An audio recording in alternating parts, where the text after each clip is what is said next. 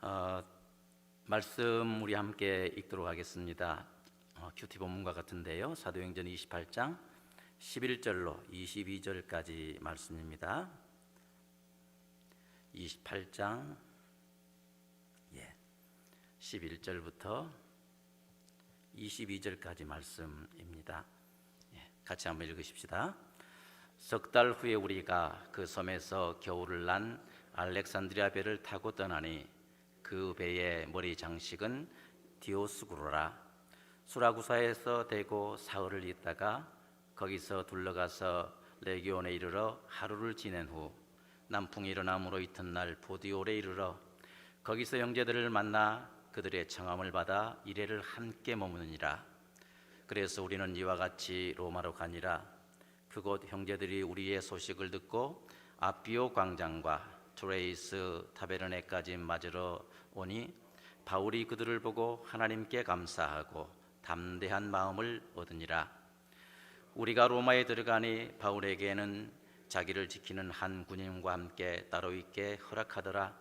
사흘 후에 바울이 유대인 중 높은 사람들을 청하여 그들이 모인 후에 이르되, 여러분 형제들아, 내가 이스라엘 백성이나 우리 조상의 관습을 배척한 일이 없는데 예루살렘에서 로마인의 손에 죄수로 내준 바 되었으니 로마인은 나를 신문하여 죽일 제목이 없으므로 석방하려 하였으나 유대인들이 반대하기로 내가 마지못하여 가이사에게 상소함이요 내 민족을 고발하려는 것이 아니니라.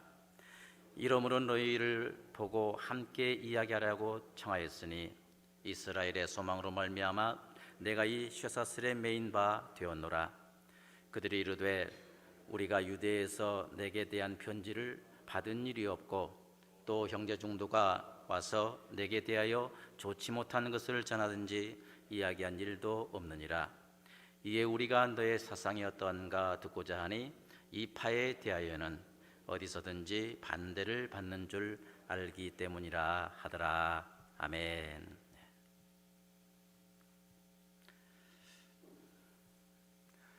오늘 본문을 보면요, 망망대해를 항해하고 있는 한 일여편주를 발견할 수가 있습니다.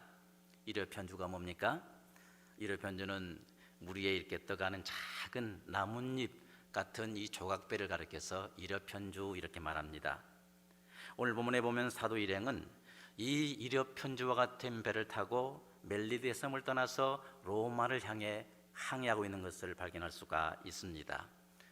오늘 본문 11절 말씀 다시 한번 읽겠습니다. 석 달 후에 우리가 그 섬에서 겨울을 난 알렉산드리아 배를 타고 떠나니 그 배의 머리 장식은 디오스구로라. 아멘. 이 말씀처럼 일여편주를 타고 망망대해를 항해하는 것이 때로는 아주 낭만적으로 보일 수가 있습니다. 아름다울 수도 있습니다. 그러나 여러분, 이 망망대해를 항해할 때 과연 낭만적인 일만 만날 수가 있나요? 아름다운 일만 발생합니까? 제가 초등학교 6학년 때 경험했던 일 중에 하나인데요, 어촌에 살고 있는 저희 큰 매형 집에 한번 갔습니다. 그리고 그 매형의 배를 타고 김양식장이라고 있는데요, 김양식장을 향해서 배를 타고 한번 간 적이 있습니다. 맨 처음엔 너무 좋았습니다.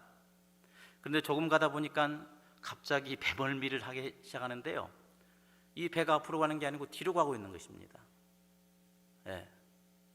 그리고 머리가 뱅뱅 돕니다. 토를 할 지경이 되었습니다. 더 이상 배를 탈 수가 없어서 배를 돌려서 다시 선착장으로 왔던 그런 경험이 있습니다. 사도 바울의 경우도 마찬가지였으리라고 생각합니다. 지금 이 배가 순항을 하고 있지만 바로 앞장 27장에 보면요, 사도 바울의 일행은 생명을 위협하는 그 유라굴로라고 하는 그 광풍을 만나서 거의 죽을 뻔한 그런 상황을 만난 그런 것을 볼 수가 있습니다. 여러 날 동안 해와 별이 보이지 아니하고 큰 풍랑이 그대로 있음에 구원의 여망이 다 없어졌더라라는 이런 말씀이 있는데, 바로 이런 상황 속에서 지내온 사도 바울이었습니다. 이것이 바로 우리의 인생이라고 저는 생각합니다. 그래서 어떤 이는 말합니다. 인생은 이 망망대해에 항해하고 있는 이 일회편주와 같다라고 이렇게 묘사한 것을 보았습니다. 때로는 즐거운 순간도 있지만 그러나 곧바로 예상치 못한 어려움이 찾아와서 그 배를 덮치려고 하는 그 위험의 상황에 빠질 수 있는 것이 바로 인생이다라고 이렇게 말하고 있어요. 인생은 일회편주와 같습니다. 사도 바울이 가이사랴를 떠나 로마에 이 도착한 때까지 항해의 과정을 보면은요, 두 어떤 주기로 구분할 수가 있습니다. 가이사랴를 떠나서 이 백부장 율리오가 선주의 말을 믿고 이제 항해했던 그 시기, 그리고 사도 바울이 항해 중에 어려움 중에서 하나님의 사자의 음성을 듣는 이 이후의 시기로 두 시기를 나눌 수가 있습니다. 똑같은 지중해라고 하는 이 바다를 항해했지만은 그러나 그 항해의 결과는 어땠습니까? 선주의 경험과 또한 이제 자연 현상에 의지했던 그 항해는요, 유라굴로라고 하는 광풍에 몰아쳐서 모든 사람들이 다 거의 죽을 수밖에 없는 그런 상황에 직면했던 것을 볼 수가 있습니다. 그러나 하나님께서 전적으로 주관하셨던 그러한 항해는 276명의 사람들이 모두가 다 안전하게 보호되고 목적지까지 도달했던 그러한 항해였습니다. 그리고 오늘 본문에서도 지금 이렇게 볼 수 있듯이 지금 사도 바울의 일행은 멜리데 섬을 떠나서 디오스구로라고 하는 이 배를 타고 계속해서 로마를 향해서 순항하고 있습니다. 순항은 하고 있지만 그러나 이 항해 역시 똑같은 지중해라고 하는 그 바다를 항해하고 있기 때문에 언제 어느 때에 역풍이 불어올지 모르고 이러한 역풍이 항해하는 사람들에게 고통을 줄지 모르는 그러한 항해를 하고 있습니다. 본문 12절에 보니까 수라구사에 대고 사흘을 있다가라고 있는데요, 주경학자들은 이 수라구라에서 사흘을 머문 그 이유에 대해서 두 가지로 얘기를 합니다. 첫째는 역풍이 불어서 도저히 앞으로 항해할 수가 없어서 수라구사에서 3일 동안 머물렀다. 또 다른 어떤 그 해석은 이곳에서 다시 또 이제 곡식을 싣기도 하고 이렇게 내리기도 하는 그 작업 때문에 3일 동안 머물렀을 것이다, 이렇게 추측하는 그러한 것을 보았습니다. 아무튼 똑같은 지중해 환경이었기 때문에 심한 역풍을 만났을 가능성은 이 수라구라에서도 충분히 있었을 것입니다. 그럼에도 불구하고 이 수라구사를 떠나서 로마를 향해서 항해를 하고 있는 이 배는 지금 안전한 항해를 하고 있습니다. 평안한 그런 항해를 하고 있습니다. 그렇다면 이 안전한 항해의 원인이 어디에 있었을까요? 특별히 이 배는 디오스구로라는 이러한 배라고 할 수가 있는데, 이 디오스구로란 말은요, 폭풍 가운데서도 안전하게 해주는 이 항해의 수호자라는 그러한 의미를 가진 이 배입니다. 그렇다면 이 항해의 수호자인 이 디오스구로라고 하는 이 배를 타고 지금 항해를 하고 있기 때문에 지금 사도 바울의 일행이 안전하게 지금 항해를 하고 있나요? 무엇이 안전한 항해의 근거가 되었습니까? 이 안전한 배의 항해는요, 이 근거는 기억하시기 바랍니다. 하나님의 주권적인 은혜와 내가 가이사 앞에 서야 하겠고 하시는 하나님의 언약의 항해였기 때문에 안전한 항해가 된 줄 믿습니다. 디오스구로라고 하는 그 배에 안전한 항해의 근거가 있었던 것이 아닙니다. 여러분, 아무리 이 세상이 망망대해같이 가늠할 수 없는 그러한 조건으로 가득 찼다고 해도, 그래서 일회편주와 같이 아무런 보잘것없고 초라한 내 모습이라고 해도 하나님께서 붙드시고 하나님께서 주관하시고 하나님께서 언약하시는 그 항해라면 절대 안전하다는 사실을 여러분 믿으시길 바랍니다. 그렇기 때문에 인생의 항해를 전능하신 하나님의 손에 붙들려 항해하는 자는 결코 파선이 없습니다. 실패가 없습니다. 그러므로 하나님의 손에 항상 붙들려 인생의 항해를 하시는 우리 모두가 되시기를 바랍니다. 사도 바울은 안전하신 하나님의 손에 이끌려 모든 파선의 위험을 받았음에도 불구하고 구원받았습니다. 그리고 드디어 로마의 땅 보디올이라고 하는 그 항구에 안전하게 도착했습니다. 13절 하반절에 보니까 남풍이 일어나므로 이튿날 보디올에 이르러라고 했습니다. 그러면 하나님께서 사도 바울의 일행을 모든 위경에서 건지시고 안전한 항해로 로마에 도착하게 하신 그 목적이 무엇이었을까요? 오늘 본문의 핵심 질문입니다마는 안전하게 로마에 도착하게 하신 그 목적이 무엇이었습니까? 이 앞장에 보면 사도 바울이 멜리데 섬에서 신이다라고 이렇게 칭송받은 것을 볼 수 있는데, 신으로 칭송받으라고 하나님께서 사도 바울의 일행을 안전하게 로마로 인도하셨을까요? 자아 성취를 하라고 인도하셨을까요? 사도행전 19장 21절에 이 일이 다 된 후 바울이 마게도냐와 아가야로 다녀서 예루살렘에 가기를 경영하여 가로되 내가 거기 갔다가 후에 로마도 보아야 하리라고. 사도행전 23장 11절에 그날 밤에 주께서 바울 곁에 서서 이르시되 담대하라, 내가 예루살렘에서 나의 일을 증거한 것 같이 로마에서도 증거하여야 하리라 하시니라. 사도행전 27장 24절에 바울아 두려워 말라, 내가 가이사 앞에 서야겠고 이렇게 말씀하셨습니다. 하나님께서 사도 바울을 안전하게 로마로 인도하신 근거는 바로 이 말씀들에게 있습니다. 하나님께서 사도 바울에게 주셨던 그 미션, 그 사명을 성취하도록 하시기 위해서 하나님께서 사도 바울의 일행을 안전하게 로마로 인도하셨던 것입니다. 믿으시길 바랍니다. 바로 하나님의 목적의 성취에 있었습니다. 여러분, 지금 로마에 도착한 사도 바울을 한번 생각해 보시기 바랍니다. 지금까지 하나님의 목적을 이루기 위해서 그 수많은 고통을, 또 말할 수 없는 그 고통을, 또 많은 살해의 위협과 또 바다의 위험을 겪었습니다. 그 고통의 터널을 지나고 지금 로마에 선 사도 바울, 이 사도 바울의 이 마음을 한번 생각해 보시기 바랍니다. 말할 수 없는 기쁨에 쌓였을 것입니다. 그렇지 않겠습니까? 저도 지금 워싱턴 DC 부근에 살고 있습니다만은요, 저는 미국에서 사는 것이 꿈만 같습니다. 그리고 남다른 자부심을 가지고 살고 있습니다.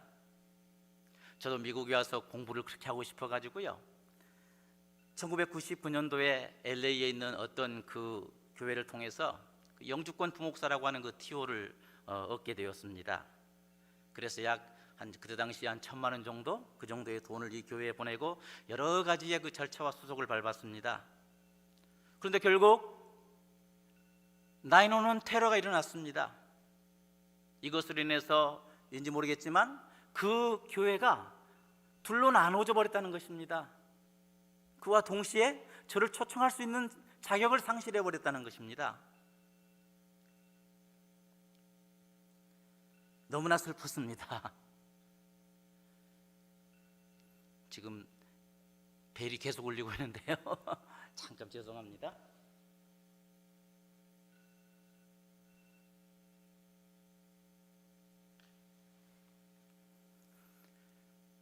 너무나 어처구니가 없었습니다.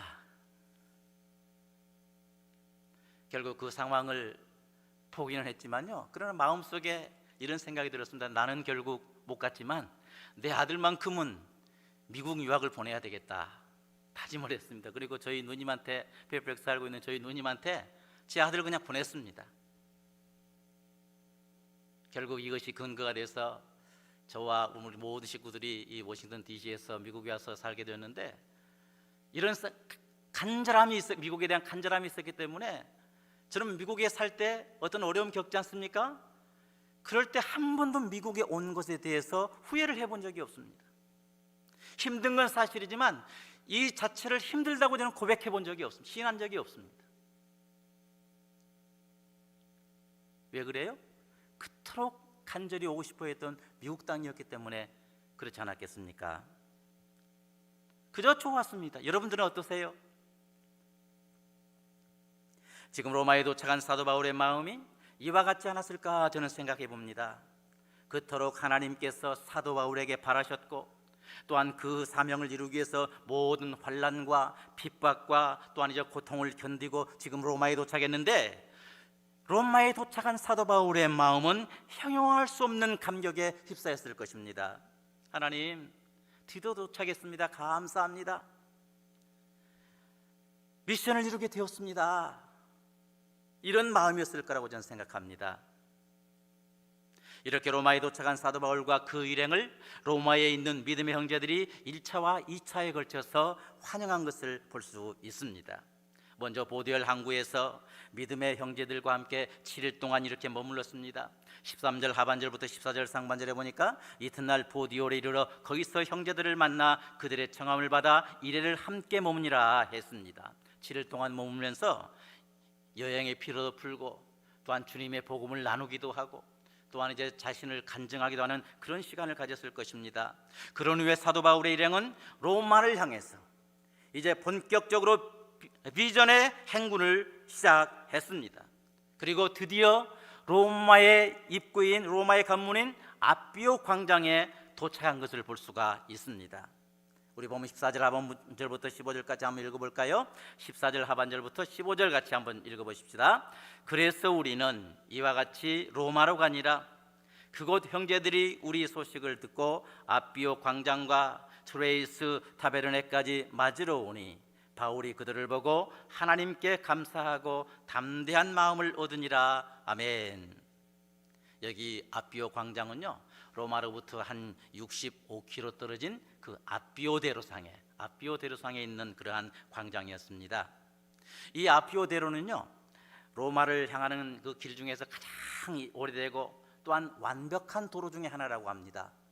특히 로마 장군들이 전쟁에서 승리할 때, 바로 승리하고 개선할 때 이 아비오 광장으로 대로를 지나가게 하고 그때 군중들이 열렬히 그 개선 장군을 환영하면서 맞이했던 그러한 길이었다고 합니다. 사도 바울은 비록 주 예수의 몸으로 이 아비오 광장에 도착했지만 사실상 그 길은 복음으로 로마를 정복하기 위한 영광의 길이었습니다.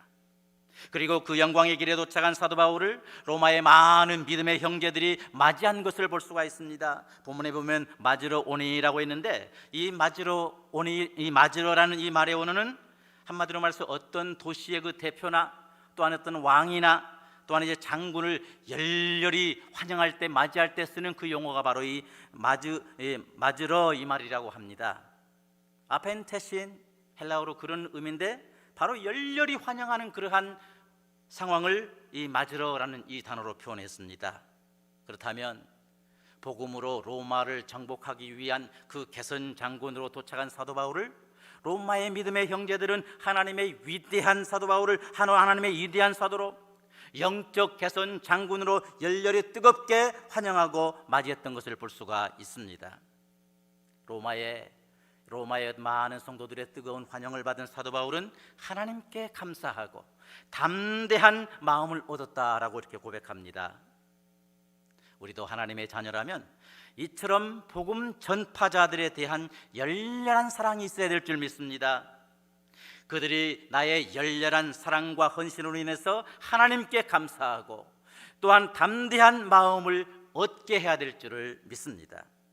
특히 우리 교회 성도님들은 세계 선교를 위해서 영적 전쟁을 수행하고 있는 많은 선교사님들에게 바로 이러한 헌신이 있어야 될 줄 믿습니다. 담대함을 얻을 수 있는 그러한 헌신을 우리가 드릴 필요가 있습니다. 계속해서 보면 16절에 보니까 우리가 로마에 들어가니 바울에게는 자기를 지키는 한 군인과 함께 따로 있게 허락하더라라고 했는데, 사도 바울은 우리가 아시는 대로 이 가이사의 황제에게 이렇게 항소를 했기 때문에 로마에 도착하자마자 로마 황제의 그 휘하의 부대 책임자 이 시위 대장에게 넘겨진 것을 볼 수가 있습니다. 그리고 감금되지 않고 한 병사를 붙여서 이제 가택연금의 형식으로 이렇게 감옥 생활을 한 걸 볼 수가 있습니다. 이거는 감금보다 훨씬 가벼운 형벌이었다고 합니다.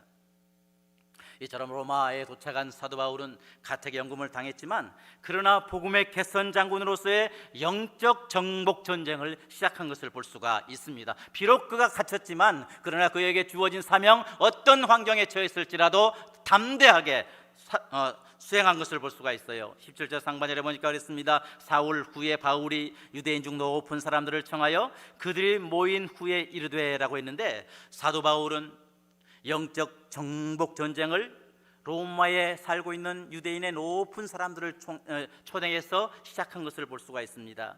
주님의 복음을 전파함으로 시작한 것을 볼 수가 있습니다. 그리고 본문 17절 이후에 쭉 보면 사도 바울은요, 이 유대인의 높은 사람들에게 자기 자신이 이처럼 쇠사슬에 매인 그 상황에 대해서 설명했습니다.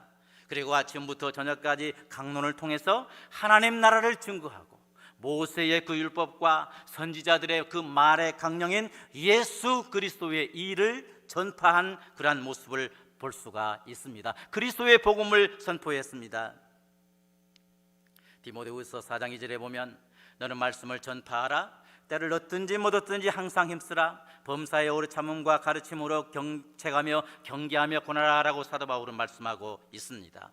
이 말씀대로 사도 바울은 때를 얻든지 못 얻든지 항상 예수 그리스도의 복음을 전파했던 것입니다.